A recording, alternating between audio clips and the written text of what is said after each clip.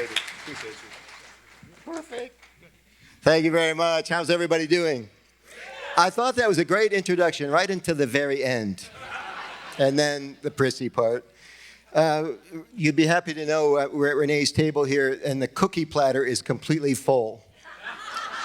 So if anybody needs extra cookies, they're available on Renee's table. You could just see people eyeing them like this, you know, and then looking to see if Renee was looking, you know.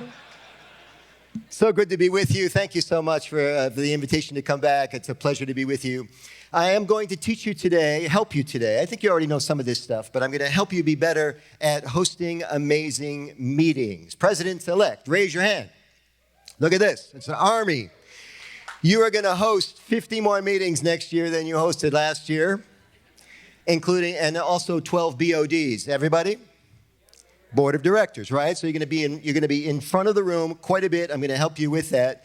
As I was preparing for my speech, and by the way, I am so glad to be with my old friends. Michelle O'Brien is here, Alan's here, Dean Roars is here, Peter Schultz is here, Wynn, thank you for the great speech. So many friends. We have, and Camarota, Paisan, Italiano. Any other Italian people in the room? Hands up. Not many, wow. Any Leos in the room? Hands up. 1/12 of you. Fabulous. While I'm prepping my speech, I'm binging SNL 50. Saturday Night Live is celebrating 50 years. Has anybody seen any of that footage? It is remarkable. A lot of us grew up with that program. I was around, you know, I was in like the perfect age, high school, senior, junior, when that show debuted. And I'm watching the show, and I'm thinking, what do you need to be alive for 50 years? What do you need to be vital for 50 years? And I came up with 3 things right away. You have to be relevant, which Saturday Night Live still is most of the time. You have to be fun. I think that's important. And you have to be enduring. And I take a break from watching SNL 50 to working on my speech, and I'm thinking, Rotary should have those 3 things. We're like 2x on the 50 thing. We're like 119 years old. Are we fun? I think so. Are we enduring? Clearly, right? So I start thinking, too, about the things that happened during just the last 50 years, say with SNL. And I think about technological changes. I think about things like the Ice Bucket Challenge. You remember the Ice Bucket Challenge? It's 20 years old this year. Seems like it was just yesterday we were all pouring ice buckets over each other's heads. Do you know that program raised $115 million in one summer? That's something. Yeah, don't clap too loud. The money didn't go to Rotary. Where did it go? ALS, Lou Gehrig. But it was a simple but brilliant idea. And you don't have to be technical, but a lot of the advances in the last 50 were technical. Coffee shops were reinvented big time. We used to have the coffee shop, was also known as the donut shop. It didn't even have its real own identity. And then Starbucks, Howard Schultz, comes out with this thing, and he's going to charge you $8 for a coffee eventually. And you're going to go, I'm in. What's not to like about $8 coffees? And we made that happen. The taxi industry has been remade in the last 50 years thanks to Uber and ride sharing. And the taxi industry needed to be remade. And then the most remarkable technological innovation of all time, and I'm from Detroit, so a car engineer walked into his boss about 25 years ago, and he said to the boss, I have this great idea, you're going to love it, it's going to be good for the industry, it's going to be good for the ecology, we're going to save billions of dollars in fuel every year. The boss says, lay it on me. The guy says, well, here's the story. Everybody that's driving a car, when they get to a red light, the car's going to shut off. And the boss says, and then? And he said, well, as soon as the light turns green, the car will automatically start up again. And the boss said, you're fired. That's the stupidest idea I ever heard. And that was before it was named stop-start technology, and now you have it in your car. These are the major things that have happened. The problem with technology is if you're not technologically based, you're not going to trip on tech. It's not going to happen. And we're a people organization. For us to be innovative, we have to take a simple idea like the Ice Bucket Challenge and make it our own. We have to conceive it. We have to curate it. We have to roll it out. That's marketing. And we have to celebrate it. And we need to get better at this, ladies and gentlemen. And I'll give you a quick example of how we can do this. I loved Mario's quote last night. He said, Rotary is a vaccination for loneliness. I mean, right away, I'm on social, and I credited him, President-elect of Rotary International said this. I give a shout out to Rotary and promote his great quote. Rotary is a vaccination against loneliness. I loved it. And then I thought about it. I was having breakfast on Friday here at the hotel, and I was stunned at how many people were eating breakfast alone at a Rotary conference. Now, part of this is just human nature, this idea, I don't want to interrupt the foretop, and I don't want to, wedge my way into maybe they're talking about something personal. I'll just sit here by myself. And there were people sitting next to each other by themselves at a Rotary conference. And I thought to myself, we're better than this. So I decided to have some fun. And I started inserting myself into their meals by introducing myself, asking who they were, asking what their role was at the conference. Raise your hand if I talked to you at breakfast. There's a few in the room. In fact, I engaged, where's Paul and Daniel? Are you here today? Stand up if Daniel's a firefighter and Paul is an accountant. Are you in the room? Daniel, how are you, sir? Wave to your people. Where's Paul? Not here? Oh, on the other side. Okay, so I introduced these guys on Friday at breakfast. You'll notice they are not sitting together anymore. But am I telling the truth? You were alone at breakfast, right? And what did I tell you to do on the way out? I told you to introduce yourself to my foretop, and you did, and it was lovely, and I thank you for that. And great luck, good luck with your presidency years. Thank you, gentlemen. Well done. So before I give you these techniques for improving your club meetings, I want to tell you, and Tony said it very nicely, but I have some experience with encouragement. I'm a professional coach.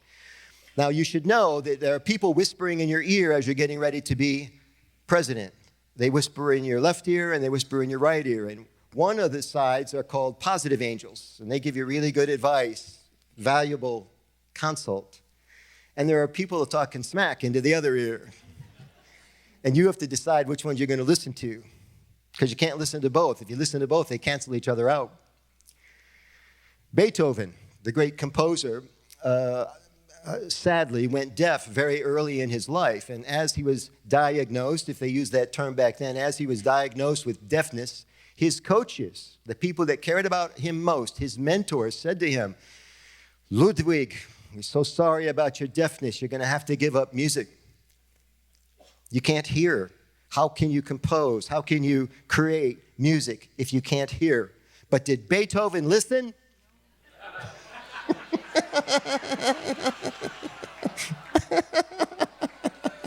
No, he did not listen.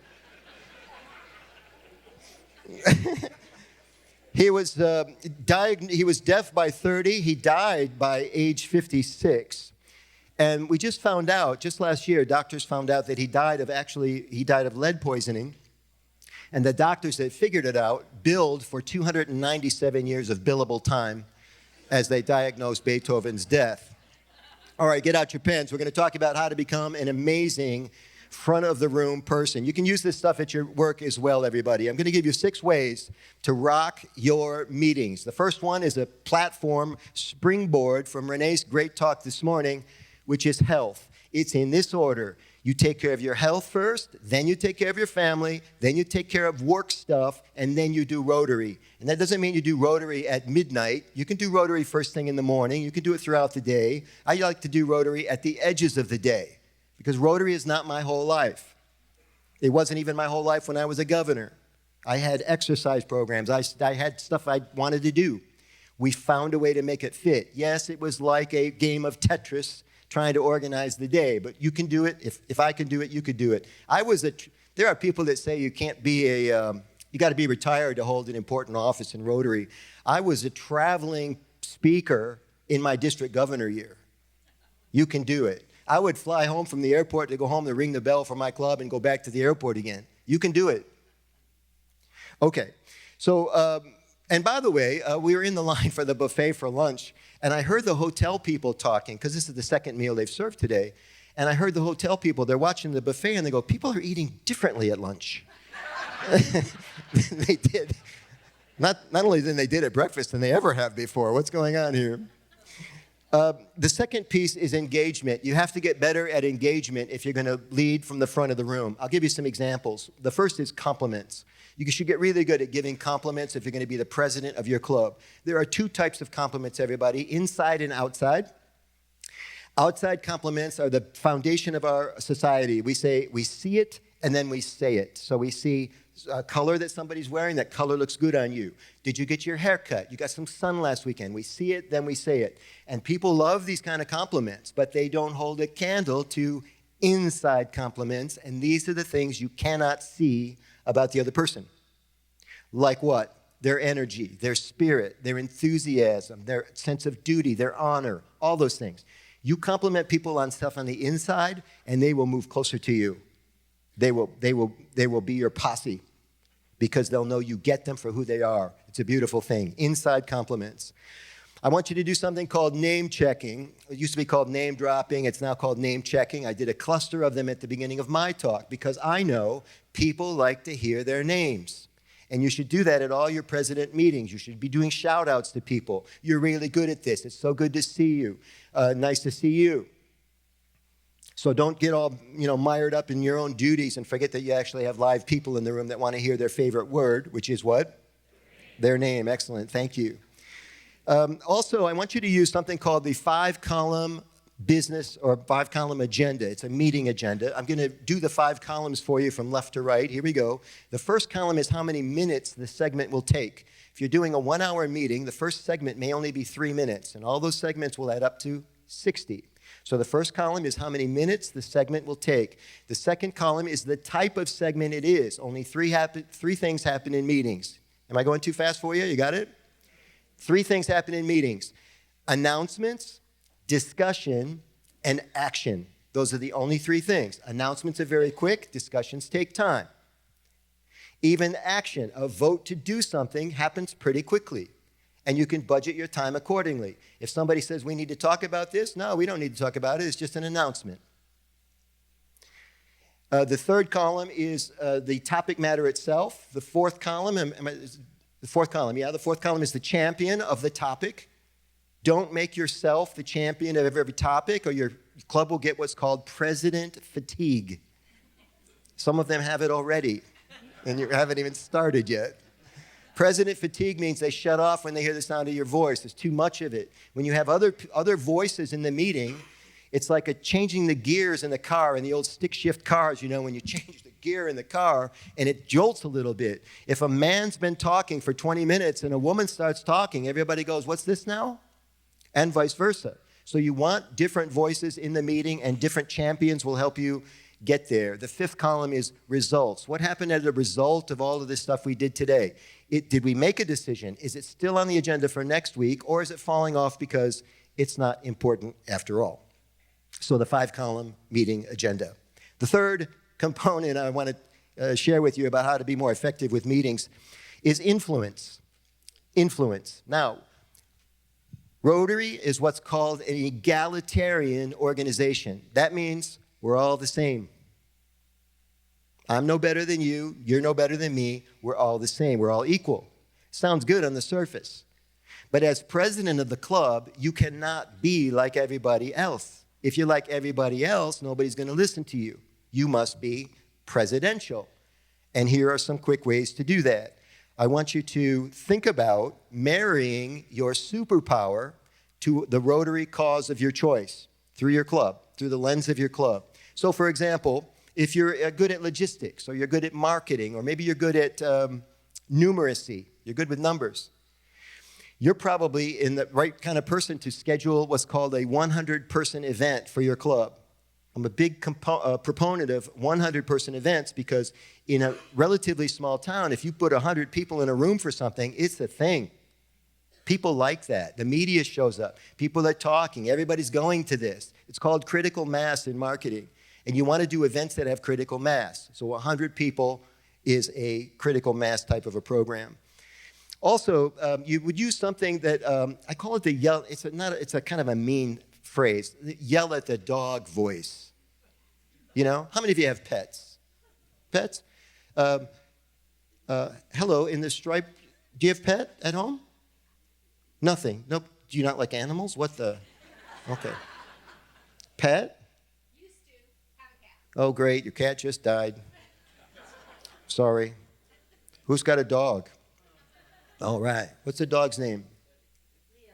Leo. Leo. What kind of dog is Leo? Lab Great Dane mix. Lab Great Dane mix. So he's a little guy.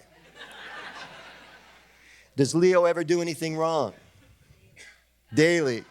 And when Leo does something wrong, do you say, Leo? I don't know. I don't know what I'm going to do with you, Leo. That's just not acceptable.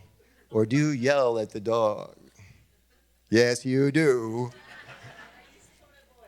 Tone of voice, same thing. This is what I'm talking about. So when you use your yell at the dog voice with the club, now here's the difference. Watch my expression. If I don't smile, it sounds like I'm yelling at the dog. Leo, what are you doing here? Leo, why did you do that? But if I smile, I'm happy to see Leo. Leo, what are you doing here? And that's the voice I want you to use with your club.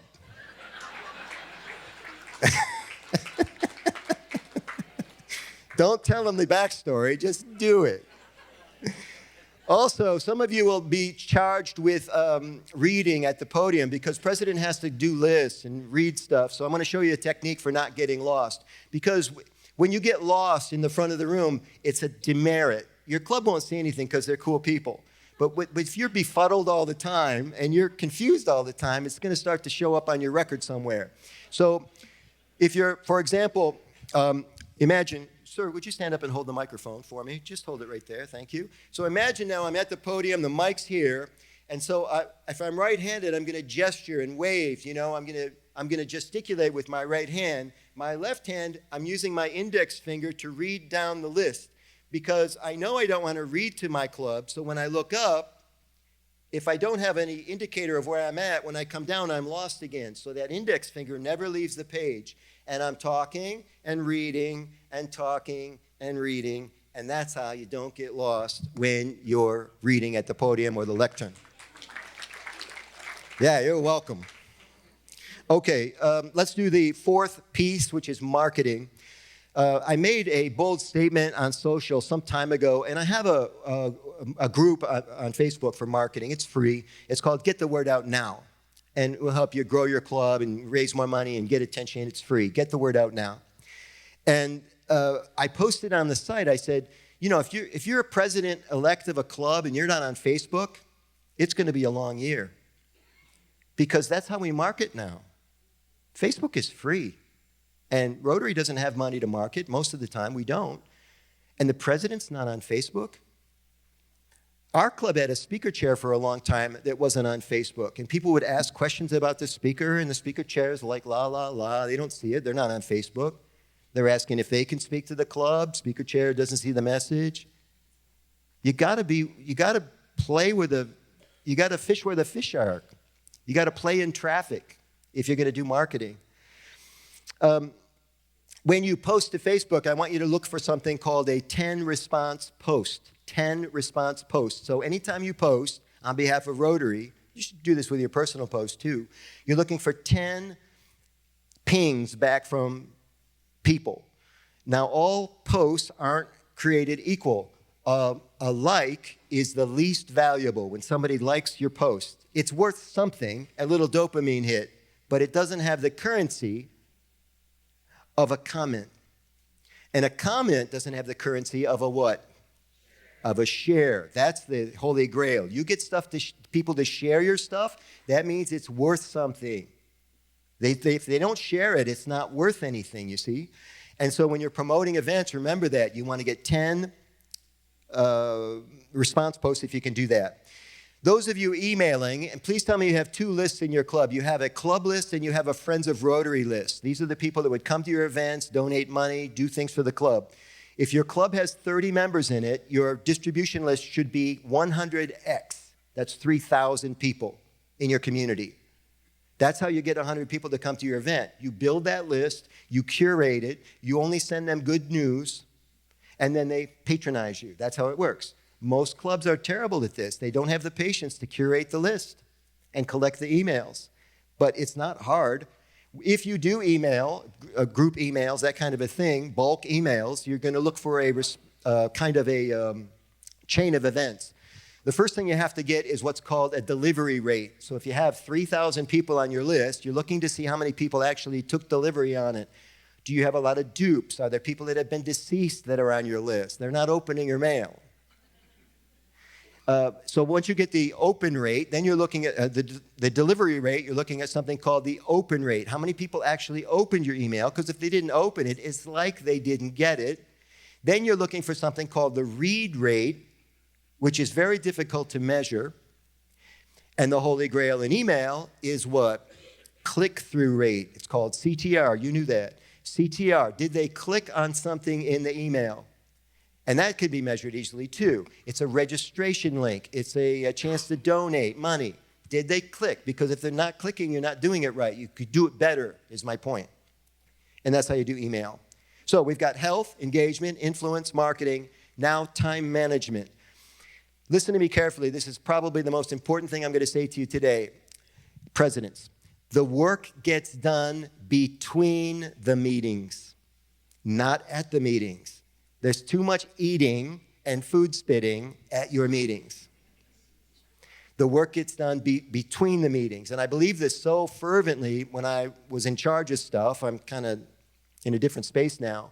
But when I did the club president, when I did the district governor, I would call people on the way to the meeting so I knew what I was walking into.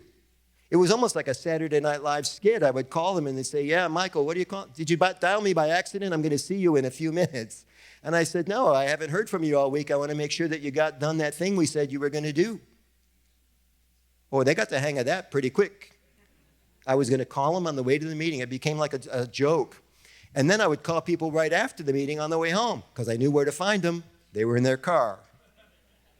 And I'm using all that time because I got other things to do with my life besides Rotary. So these are little time management tricks that I think you can use to success as well. Recently, we joined a group called the Detroit Economic Club, and it's called the DEC. And Steve Gregorian runs the event, and he has hundreds of people come to lunch.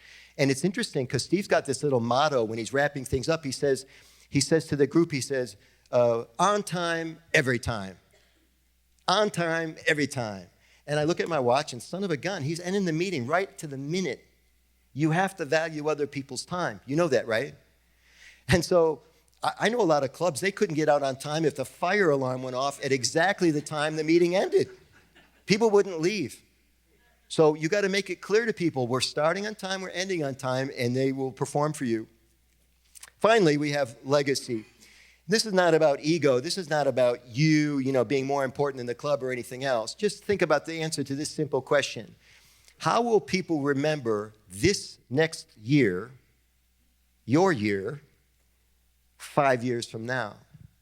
What will they say about Dennis's year? Will they say, oh yeah, well, that was the first year we raised $20,000 for a fundraiser. That was the year we went electronic on the payments. Or what about Denise's year, where they say, we didn't do much during Denise's year? Or will they say, that was the lost year? 5 years from now, you mark my words, people are going to be talking about your year, and you need a legacy goal. And a good legacy goal would be something with a number, because numbers can be measured, and numbers can keep everybody accountable. Think about things like a $10,000 net fundraiser. And when I was president, not that I was the greatest president, but we had all these, I don't mean to be disrespectful, it was the best we could do at the time. We were doing these cheesy fundraisers, $2,000, $3,000. They weren't well managed. And I thought, we can do better than this, man. We should have a $10,000 net. But you know what we had to do to commit to that? We had to say no to all the cheesy fundraisers. They brought us the same thing they always bring us, and we had to say, nope, not doing it anymore. We're going to do a $10,000 net this year. And that's how we innovated the Viva La Vino wine tasting, which we did for a good 5 or 6 years, until that didn't work anymore, and then we had to find something else. And this is how it works, ladies and gentlemen. In my governor year, we did something called the $1 Million Dinner. What do you think the number was for that event? $1 million. And I'm sorry to say we didn't hit the number. We hit 1.2 million. Thank you. Not me, we, our team, 1.2 million. But we had our eye on something called the bullseye. Any idiot can aim at a target. But if you want exactly what you want, you have to aim at what? The bullseye. That's exactly what you want. And you have to identify that bullseye. Then you have to tell everybody what the bullseye is. You can do this. I know you can. Michelle, how are we doing on time, sister? We were listening so hard, we haven't been paying attention to the time. You run a very exciting meeting. Can you give me 10 more minutes? Sure. All right, let's do it. Is it okay with you guys? I'm going to do something fun. I always do acknowledge the young people in the room. So if you're under 50 years old, if you're under 50 years old, will you please stand up and be recognized? Under 50. Look at this.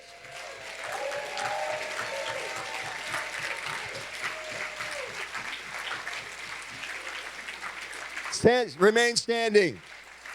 If you're under 45, remain standing. Under 45.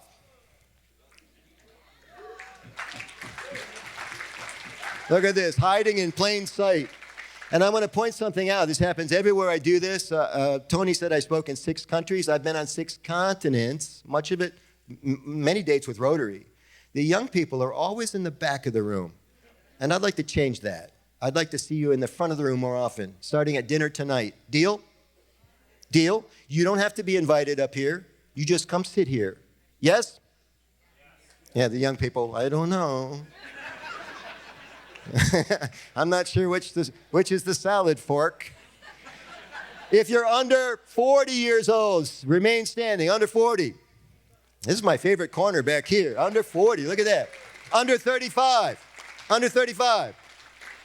If you're under 35, come up to the stage right now. Hurry up. Come on. Give a round of applause.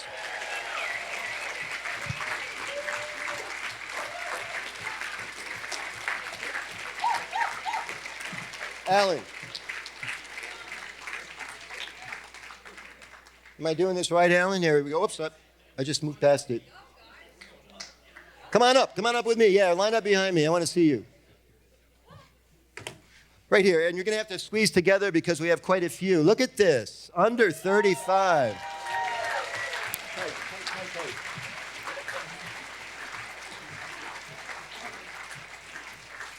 Holy, you can do 2 rows, 2 rows. Wowie, look at this. Wonderful. What's your name? Michael, is it pronounced Bolu? That's correct. What club are you in? Club of Langley. Very good. You can be president. Absolutely. Name and club. Bo Issaquah. Love it. District 5100 Rotaract Club. Wow, Rotaract. I'm Victoria Rotaract Club. Love it. I'm co-president Rotaract Club. Look at you, you're dancing. Woohoo! 2 terms, Nome, Alaska. Okay, don't rub it in. What do we say? Your name and your club. Oh, okay. Angie Dieter, Rotary Club of Lakeview. Beautiful. Haley Petty, Rotary Club of Monroe. Love it. Amy Bailey, Coos Bay, North Bend. Beautiful. If you spoke, you can move off the stage and I'll get to everybody here. While they're doing that, I want to tell you, young people are different than older people. Write that down. And older people are different than younger people. Listen to this. If you wonder why you're having a little tension in your club with younger people and older people, you just don't get each other. Listen to this. Young people are taught to retrieve. Old people were taught to remember. 2 different approaches. Older people function really well top down. These guys function better in hives. They don't need formal organization. They have the internet. Both groups bring drama. young and old. The young people are fond of saying, I'm on my journey, my exercise journey, right? A lot of journeys going on with the young generation. For older people, journey is Thursday. And then finally, young people, there's a phrase, language changes over time. Like when I was a kid, we never said, I'm going to put myself out there. There's a common phrase these days. I'm going to put myself out there. It's like I'm going to take a little risk. And older people call that saying hello. What club and name and club? Derek Platt, Yelm Rotary. Excellent. Daniel Spalding, Portland New Generations Rotary. David Kapp, Burley. Marin Solis, Bremerton. Love it. Daniela Hope, BC, Canada. Fireman. Chantal Morphy, Camels Daybreak. Love it. Luis Doshi, Rotary Club of Terrace. Beautiful. Eugene Southstone, Oregon. Lovely. Michael Sewell, East Salem, Oregon. Luke Borland, Portland Rotaract. Luis Calva, Yakima Rotaract. Jordan Kingma, Oak Harbor, Washington. Matt Waite, Rotary Club of Powell River. Yes, you are. Tyler, Golden Rotary. Yes. Corey Curzan Mata, Columbia River Passport Club of District 5080. That'll become a little smoother in a couple months. Kevin. I'm Kevin Karimi from West Vancouver Sunrise, representing District 5040 here today, and I have 2 terms on the docket. Tyler Ferrari, Rotary Club of Dallas, Oregon. That sounds like a soap opera name, Tyler Ferrari. And 2 more. Tori. Tori Douglas, Moses Lake.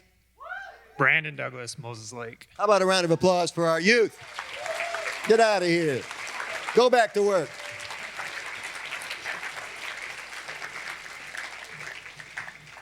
We have a tradition in Rotary. We always ask the oldest people in the room what to do next. You want to know what to do next? Ask these people. They'll tell you.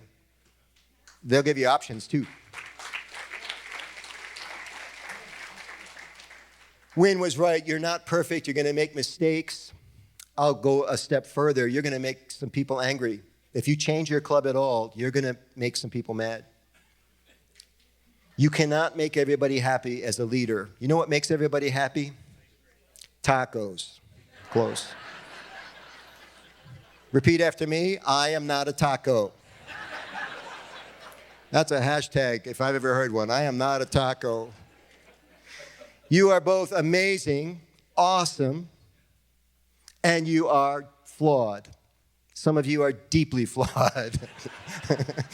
You are flawed and you are awesome. You are flawsome. Have a great president year, everybody, and thank you for serving in the greatest organization in the history of the world, Rotary!